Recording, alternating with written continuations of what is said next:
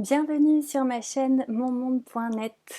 Aujourd'hui, j'ai envie de parler de beauté. Le 9 septembre, c'était la journée internationale de la beauté. La beauté à tous les étages, la beauté à tous les niveaux. Et ça m'a inspirée pour créer ce post aujourd'hui.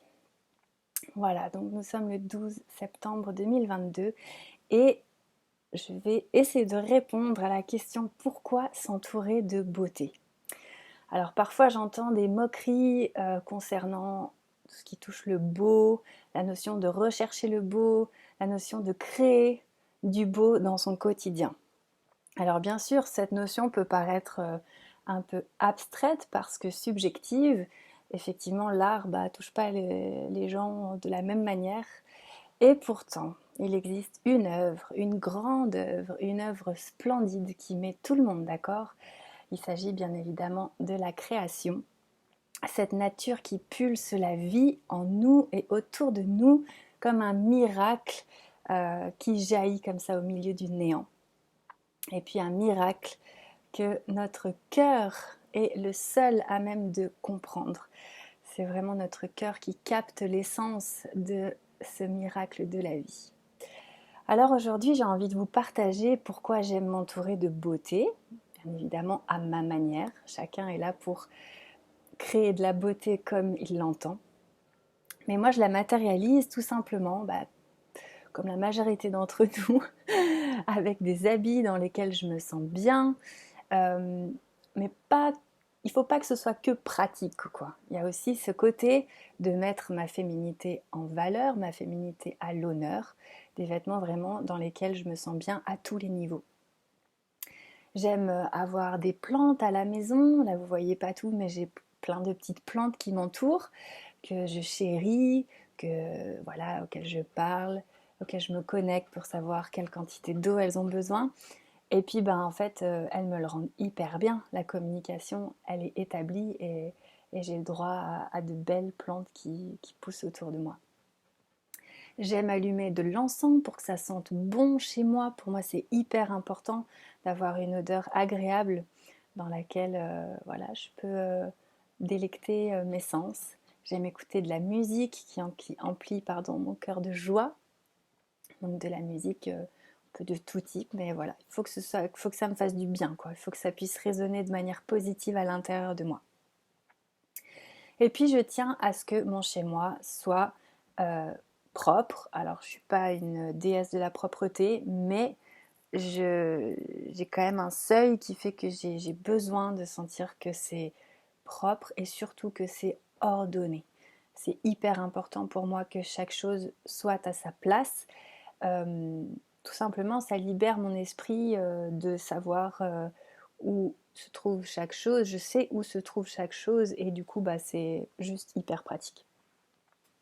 Voilà, donc pour moi, c'est quelque chose qui m'apporte du réconfort, qui m'apporte du bien-être. Et puis, voilà, vous comme moi, on a chacun nos petites habitudes pour créer du bien-être dans notre vie. Mais alors pourquoi c'est si important de s'entourer de beauté? Eh bien parce que malgré nous, on s'imprègne de notre environnement. On s'imprègne de tout ce qu'il y a autour de nous. Donc les gens, bien évidemment, mais aussi les objets, les parfums et chaque chose de notre environnement que l'on va voir, que l'on va sentir, que l'on va toucher. Donc c'est hyper important, c'est même primordial de s'entourer de beauté afin de créer un cercle vertueux où l'harmonie règne. Donc dans ma dernière vidéo, j'avais parlé de l'harmonie, tel un gage de paix en ce monde, un legs pour nous-mêmes, mais aussi pour chaque personne et être vivant qui nous entoure, dans cet amour qu'on va être capable de diffuser, de donner et de recevoir. Bref, c'est un gage de paix qui va impacter le destin que l'on se forge, et ce pour les 7 générations à venir. Alors, je vais aussi rajouter quelque chose d'hyper important dans cet aspect de l'harmonie. Vraiment, en fait, c'est dans c'est dans l'espace de l'harmonie, dans l'espace où règne l'ordre et la beauté, mais aussi la bonté, que les anges divins, que les entités lumineuses et que le Saint-Esprit sont attirés. Si le chaos règne, alors ce sont d'autres entités qui seront attirées. Donc il faut se rappeler que le compost, il crée du compost. Le compost attire le compost et que la lumière propage la lumière. Donc on a vraiment nos deux cercles qui sont là, à nous de créer le cercle, bien évidemment vertueux, je vous le conseille vivement. Alors, je vais juste revenir sur l'aspect du fait qu'on s'imprègne de notre environnement, que malgré nous, en fait, on se fait traverser par des énergies. Par exemple, tout ce qu'on va voir, les séries que vous regardez, les films que vous regardez, les images que vous regardez ont réellement un impact sur vous. De cette vision que vous allez avoir, en fait, eh bien, cette vision va traverser votre corps et traverse chacune de nos cellules. Donc, moi, par exemple, je suis incapable de regarder des films d'horreur parce qu'en fait, ces images juste brutales, horribles, moches, tout ce qu'on veut, réellement, je sens que ça traverse mon corps et en fait, je ne l'accepte pas. Je ne veux pas ce genre de nourriture, en fait. Donc ça, c'est un exemple parmi tant d'autres. J'ai aussi une anecdote, ça m'avait frappée à l'époque, donc en 2009, j'ai fait mon premier stage en tant que professeur de FLE en Inde.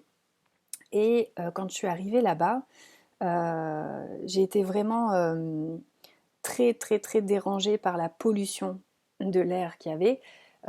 Voilà, l'air était complètement pollué, j'avais du mal à respirer, donc j'essayais de me couvrir comme je pouvais avec mes vêtements. Assez rapidement, je suis allée m'acheter des châles et tout. Bon, vraiment, j'avais besoin de me masquer, en fait, de couvrir mon nez et ma bouche pour pouvoir sortir. Et quand j'allais prendre un tuk-tuk ou un bus, vraiment, c'était l'enfer pour moi parce que j'avais l'impression de suffoquer et de mourir à cause de la pollution. Et en fait, je suis restée 4 mois et demi.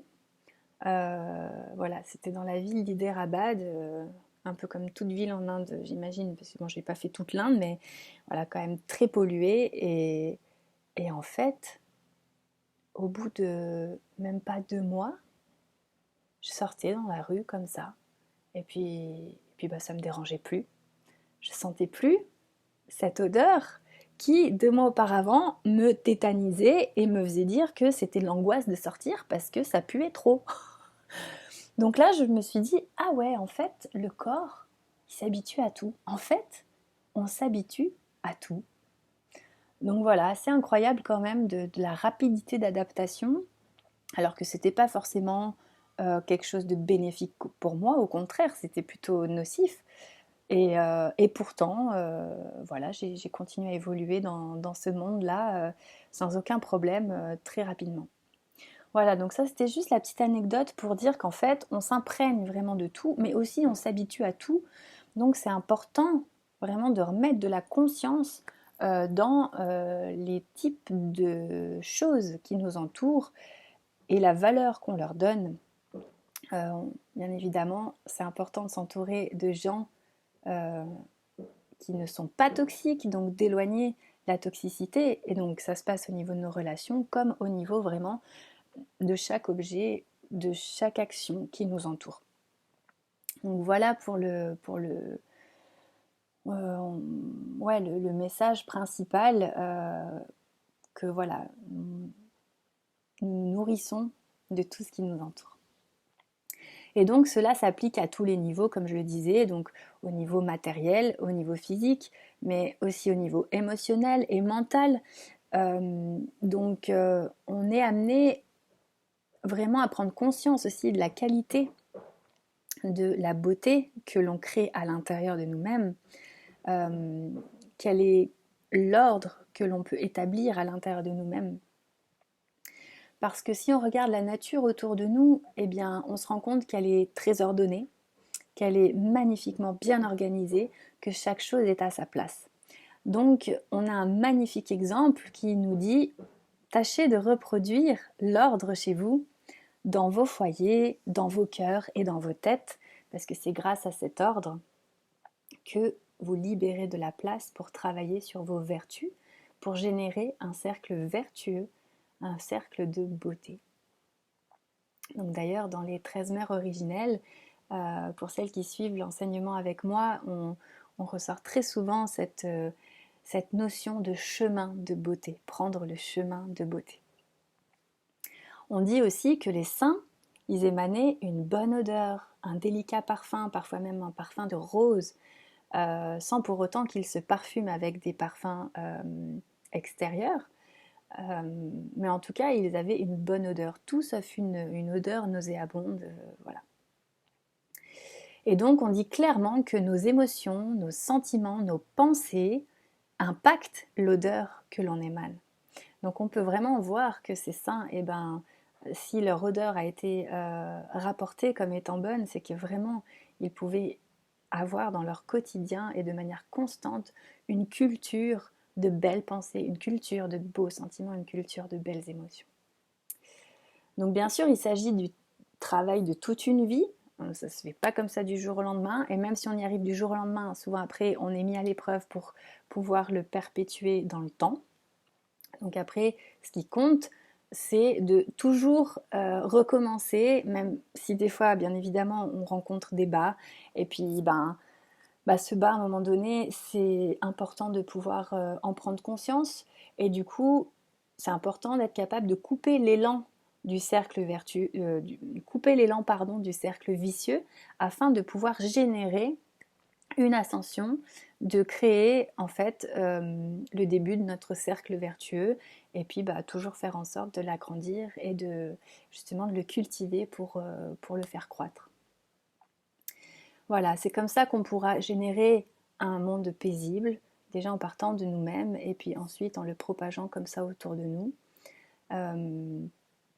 Voilà, on dit aussi que au travers de ces belles odeurs, de ces belles choses, c'est vraiment là où les anges divins sont attirés. Ils aiment venir là où ça sent bon. Et pour finir, je partagerai cette phrase qui m'a marquée et qui, à mon sens, est vraiment super importante à retenir. Seules les familles harmonieuses peuvent diffuser la paix. Voilà, j'ai envie de répéter cette phrase comme un mantra. Seules les familles harmonieuses peuvent diffuser la paix.